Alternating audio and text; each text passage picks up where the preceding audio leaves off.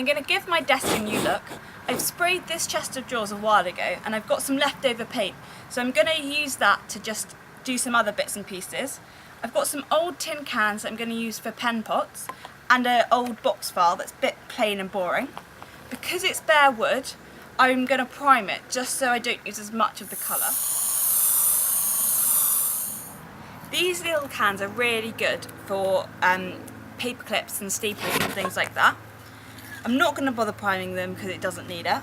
I'm just going to use my leftover paint. I've shaken it well for a minute like it says to on the back of the tin, so I'm ready to start. I've done the orange one. I'm going to paint this one pink burst to match the drawers. These are all finished and dry now. A really quick and inexpensive way to add a bit of colour to your desk. It's also a great idea for a children's study area so they can get involved and choose their colour.